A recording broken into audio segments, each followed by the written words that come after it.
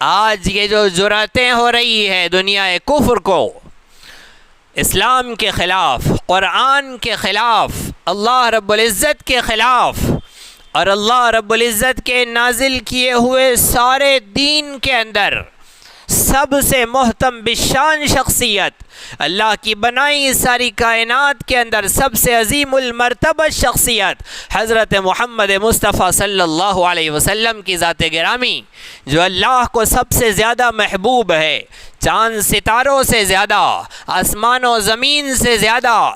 عرش و فرش سے زیادہ، لوح و قلم سے زیادہ، سرا و ثریا سے زیادہ، اس ساری روئے زمین سے زیادہ جو اللہ کو محبوب شخصیت ہے وہ محمد مصطفیٰ صلی اللہ علیہ وسلم کی ذات گرامی ہے۔ اور اسی محمد مصطفیٰ صلی اللہ علیہ وسلم کی شخصیت کو، ان کی عزت و ناموز کو اور ان کے گھرانے کو، ان کی زوجہ مطہرہ صدیقہ کائنات صدیقہ بنت صدیق، امت کی ماں ام المومنین حضرت عائشہ صدیقہ رضی اللہ عنہا کی عزت پر، آپ کی شخصیت پر جو انگلیاں اٹھائی جا رہی ہے، جو بدزبانیاں کی جا رہی ہے، جو بدبختیاں کی جا رہی ہے اور ان کی شان میں جو گستاخانہ کلمات کہے جا رہے ہیں، اور اللہ کی سب سے محبوب شخصیت، اس ساری کائنات سے زیادہ عزیز اللہ رب العزت کی محبوب شخصیت محمد مصطفیٰ صلی اللہ علیہ وسلم کی عزت و ناموز پر تو ہرگز لب کشائی کی اجازت نہیں ہے۔ مسلمان کے نزدیک نماز روزے سے زیادہ محبوب رسول اللہ کی ذات گرامی ہے، مسلمان کے نزدیک حج اور روزے سے زیادہ، زکوٰۃ سے زیادہ، کعبۃ اللہ سے زیادہ، اللہ کے عرش سے زیادہ، قرآن کریم سے زیادہ محبوب شخصیت محمد مصطفیٰ صلی اللہ علیہ وسلم کی ذات گرامی ہے۔ قرآن آیا ہے محمد الرسول اللہ کے صدقے میں، نماز ملی ہے محمد مصطفیٰ کے صدقے میں، حج ملا ہے رسول اللہ کے صدقے میں، روزہ ملا ہے رسول اللہ کے صدقے میں۔ جس کے صدقے میں سب کچھ ملا ہے اس شخصیت کا مقام ان ساری چیزوں سے زیادہ ہے۔ لہٰذا دنیا کفر کو یہ بات جان لینی چاہیے کہ اگر محمد مصطفیٰ اور ان کی زوجہ مطہرہ پر انہوں نے لب کشائی کی ہے تو انہوں نے اللہ رب العزت کی خدائی کو چیلنج کیا ہے، انہوں نے اللہ کی سب سے محبوب شخصیت کے اوپر انگلی اٹھائی ہے، زبان چلائی ہے، اللہ کے قہر کو، اس کے غضب کو انہوں نے دعوت دی ہے۔ اگر کوئی ملک اور ملک نہیں، ملک کی حکومت اور حکومت نہیں، حکومت کی اگر کوئی قومی نمائندہ اور ترجمان شخصیت اور اگر کوئی قومی نمائندہ عورت محمد مصطفیٰ صلی اللہ علیہ وسلم اور آپ کے گھرانے کی بے عزتی کرتی ہے تو وہ ملک اللہ رب العزت کے خلاف کھڑا ہوا ہے۔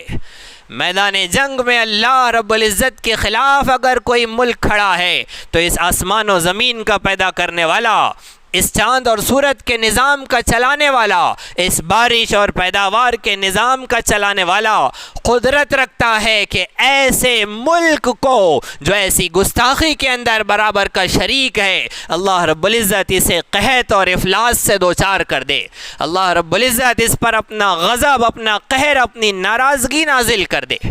ایسی حکومتوں کو ٹوٹنے کے لیے، تباہ و برباد ہونے کے لیے، ایسی مملکتوں کو فنا ہو جانے کے لیے صرف اتنی ہی گستاخی کافی ہے کہ انہوں نے محمد مصطفیٰ اور ان کی زوجہ مطہرہ پر الزام لگایا ہے۔ یہ تو دنیا کفر کو سمجھ لینا چاہیے اور دنیا اسلام کو یہ سمجھ لینا چاہیے کہ دنیا اسلام کے نزدیک سب سے زیادہ عظیم چیز کیا ہے۔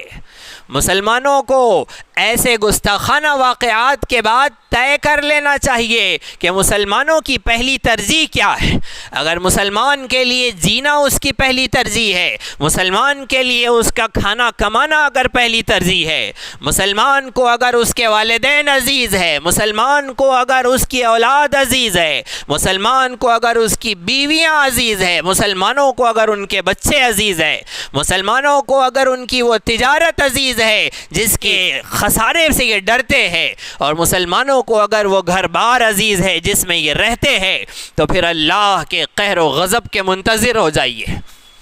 اگر اللہ سے، اس کے رسول محمد مصطفیٰ صلی اللہ علیہ وسلم سے، ان کے دین سے زیادہ محبوب اگر مسلمان کو سانس لینا ہے تو پھر فتربصوا حتی یأتی اللہ بامرہ، صاف طور پر اللہ رب العزت کا اعلان ہے کہ اللہ کا قہر، اللہ کا غضب ان مسلمانوں کا منتظر ہے جن کے نزدیک اللہ سے، اس کے رسول سے زیادہ محبوب ان کی زندگی ہے۔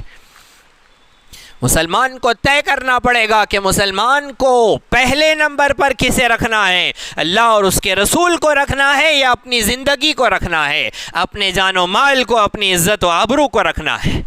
اگر انہیں ان کی ماں سے زیادہ محمد مصطفیٰ کی بیوی کی عظمت عزیز نہیں ہے تو پھر انہیں تیار رہنا چاہیے اللہ رب العزت کے قہر و غضب کا، اس کی ناراضگی کا۔ لیکن اگر اللہ اس کے رسول کی محبت عزیز ہے، ان کی ناموس، ان کا مقام عزیز ہے، تو پھر اپنی پہلی ترجیح اسے دیجئے، اور وہ سارے تقاضے اور وہ سارے احکامات جو اللہ اور اس کے رسول کی عظمت و ناموس کی حفاظت کے سلسلے میں ہم پر لاگو ہوتے ہیں، اس کی تیاری کے لیے اٹھ کھڑے ہوئیے۔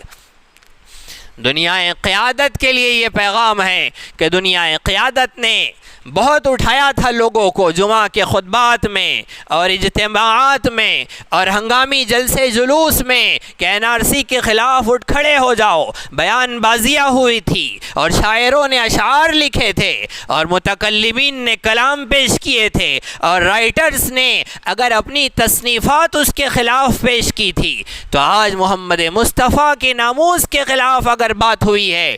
24 گھنٹے گزر گئے ہیں اس حادثے کو، لیکن مسلمانوں کی قیادت نے اس سلسلے میں کیا کیا ہے؟ عالم قیادت کو چاہیے، دنیا قیادت کو چاہیے کہ یہ اپنی مسلمانی کی دلیل اور ثبوت پیش کرے۔ اگر انہوں نے مسلمانوں کے خلاف ہونے والے فیصلوں کے خلاف زبان کھولی تھی، تو آج محمد مصطفیٰ کی عظمت و ناموس پر اگر انگلی اٹھائی گئی ہے تو انہیں چاہیے کہ یہ اپنی زبان کھولے، انہیں چاہیے کہ یہ امت مسلمہ کو رسول عربی صلی اللہ علیہ وسلم کی عظمت و ناموس سے متعارف کرائے، محمد مصطفیٰ کا مقام و مرتبہ دنیا انسانیت کے سامنے پیش کرے، مسلمان کو بتلائے کہ انہیں سانس لینے سے زیادہ عزیز محمد الرسول اللہ کی محبت ہونی چاہیے، انہیں دانا اپنے منہ میں ڈالنے سے زیادہ عزیز محمد مصطفیٰ کی عزت و عظمت ہونی چاہیے۔ مسلمان ہر شے منظور کر سکتا ہے،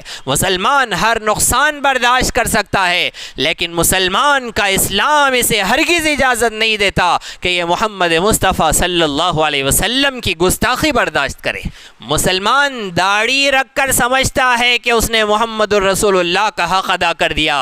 یہ مسواک کر کے سمجھتا ہے کہ محمد الرسول اللہ کا حق ادا کر دیا۔ اب ہم مسواک کریں، رسول اللہ کی شان میں گستاخیاں ہو، کوئی فرق نہیں پڑتا۔ مسلمان دائیں کروٹ گال کے نیچے ہاتھ رکھ کے سونے کو رسول اللہ کی محبت سمجھتا ہے۔ ٹھیک ہے، رسول اللہ کی محبت سنتوں کی ادائیگی میں ہے، لیکن سنتوں پر عمل کر کے اگر مسلمان یہ سمجھ رہا ہے کہ اس نے رسول اللہ کا حق ادا کر دیا ہے، ان کی گستاخی کے خلاف اگر یہ زبان نہ کھولے تو بھی اس کے لیے کافی ہے۔ سمجھ لیجئے کہ رسول اللہ کی محبت کا اسے دھوکہ لگا ہوا ہے، رسول اللہ کی اطاعت کے یہ وہم میں مبتلا ہے۔ اطاعت رسول الگ چیز ہے، محبت رسول الگ چیز ہے۔ اطاعت رسول جز ہے محبت رسول کا۔ اگر کوئی یہ سمجھ رہا ہے کہ اطاعت رسول ہی محبت رسول ہے تو وہ غلط فہمی میں مبتلا ہے۔ اطاعت رسول سے آگے بھی محبت رسول کے تقاضے ہیں۔ محمد مصطفیٰ صلی اللہ علیہ وسلم کی محبت اطاعت سے آگے بڑھ کر ہے، لہذا مسلمان ہرگز اسے برداشت نہ کرے۔ مسلمان اس سلسلے میں اپنی قیادت کو جھنجھوڑے،